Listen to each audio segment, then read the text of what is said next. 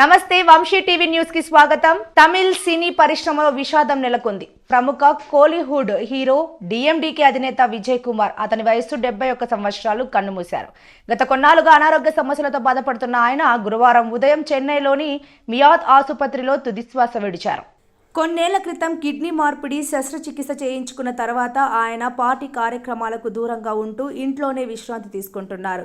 గత అసెంబ్లీ ఎన్నికల్లోనూ ఆయన ప్రచారం చేయలేదు. విజయకాంత్ లేకపోవడంతో ఆయన సతీమణి ప్రేమలత పార్టీని ముందుకు నడిపిస్తున్నారు.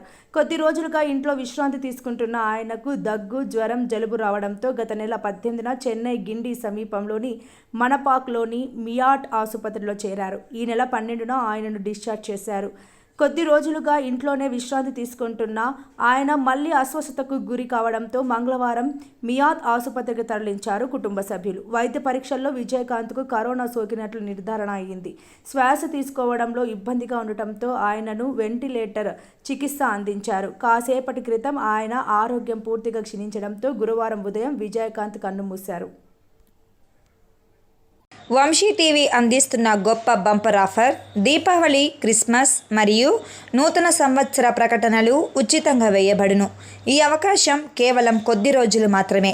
సంప్రదించండి Vamshi TV managing director Vamshikrishna. Cell number 9542702549. గమనిక: ఈ యొక్క అవకాశం కేవలం సినిమా వ్యాపారస్తులకు మాత్రమే మరియు ఈ యొక్క అవకాశం కొంతమందికి కొద్ది రోజులు మాత్రమే.